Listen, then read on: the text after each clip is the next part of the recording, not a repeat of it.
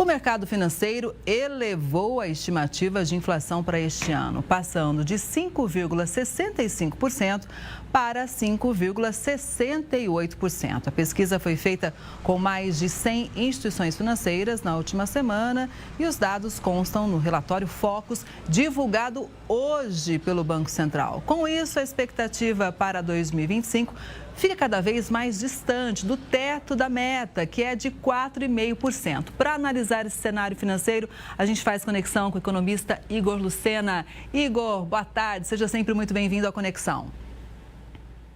Boa tarde, Kelly, é um prazer estar aqui com vocês. Igor, que análise você faz desse dado divulgado hoje, hein? Parece pouco o aumento ali, mas é preocupante? Olha, Kelly, é bastante preocupante porque os sinais de aumento da inflação já estão aparecendo em vários setores. E a gente não está vendo só isso em números, né? A gente está vendo isso praticamente na vida das pessoas. Quando a gente olha os alimentos, a gente também vê aumentos que vão chegar agora de energia elétrica, contas de saúde. Todos esses elementos que fazem parte do índice de inflação mostram uma deterioração dos índices de aumento de preços, ou seja, na prática, a gente está assistindo a uma espécie de aceleração dos gastos de inflação em todos os itens da economia, algo que já está se tornando generalizado. E a perspectiva é que eles aumentem. A gente não está vendo no horizonte de curto prazo uma queda de inflação, até porque nos últimos 2 dados a gente teve um represamento de aumentos de energia elétrica, principalmente por um valor extra que Itaipu tinha e conseguiu não repassar para os consumidores. Isso vai voltar. Então, na prática, Kelly, é uma situação muito negativa, porque o aumento da inflação corrói muito mais o poder de renda dos mais pobres, que não têm capacidade de poupar seus recursos e, por causa disso, ficam com menos poder de compra. E o que pode ser feito para resolver esse problema? O Banco Central, do ponto de vista de política monetária, ele já faz isso. Ele aumenta a taxa de juros para que diminua um pouco a atividade econômica e, com a diminuição da atividade econômica, diminua um pouco o aumento de preços e repasses. Por outro lado, a gente tem uma situação que é mais complexa, que é o fiscal. Ou seja, o índice de gastos do governo, não só o gasto federal, como estaduais e municipais, está muito alto. A gente está rodando em déficits fiscais e a dívida do governo brasileiro está aumentando ano a ano. Isso significa que quanto mais dinheiro é colocado na economia como gastos do governo federal, na prática, isso gera um aumento de inflação.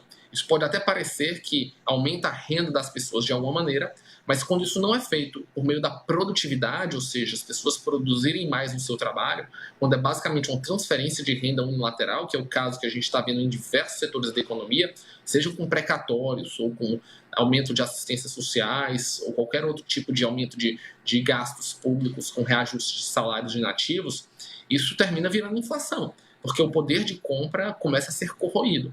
Isso a gente já viu no passado, principalmente em 2015, e se a gente não tomar uma atitude agora de diminuir gastos públicos, esse número tende a aumentar. E é uma situação bem complicada, pelo menos até o final do ano, porque agora a gente está vendo ainda um crescimento da economia também, aliado ao agro, que está crescendo muito. Mas no segundo semestre, o crescimento cai, porque a gente não tem esse impacto do agro, e a inflação deve continuar.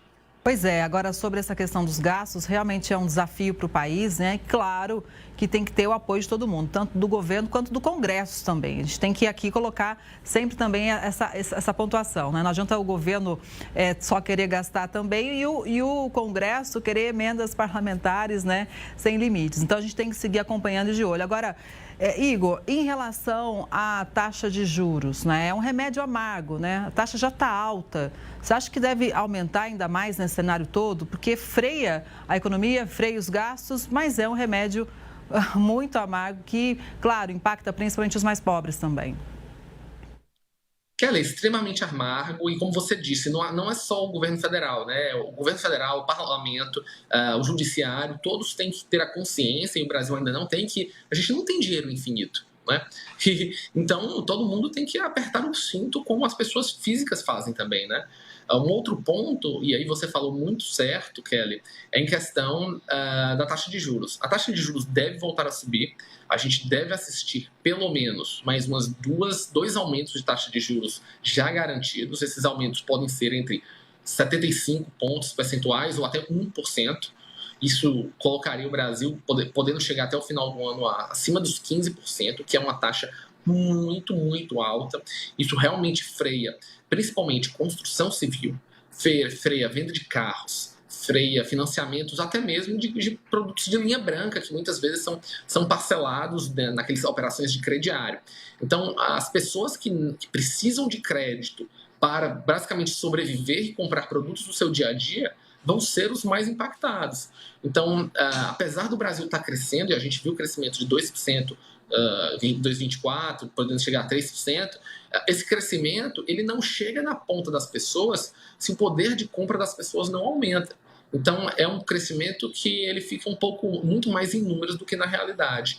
E o Banco Central ele não está errado, Kelly, quando ele diz que vai aumentar a taxa de juros. Se ele não aumentar a taxa de juros, aí os efeitos econômicos são que os agentes entendem que há algum tipo de ingerência política e eles repassam mais preços, então a inflação aumenta ainda mais. Então é uma situação onde, se aumenta a taxa de juros, a situação é ruim, se não aumenta, a inflação aumenta muito mais rápida.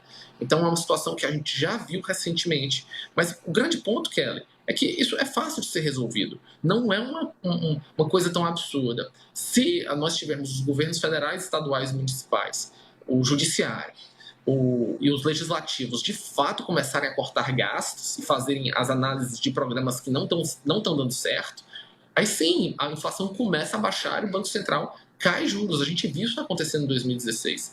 Então, não é como se não tivesse aí a situação possível de ser resolvida. Ela é possível, mas eu acho que cabe a toda a sociedade cobrar dos seus representantes uma atitude real para resolver esse problema. Ah, com certeza, né? A gente tem que acompanhar o trabalho de todo mundo que a gente depositou o voto ali. E vale lembrar também em relação à taxa de juros, né, que quando aumenta o valor dos juros, aumenta também o valor para o governo. Claro, o custo aumenta para a gente, mas para o governo também. Então, é uma bola de neve.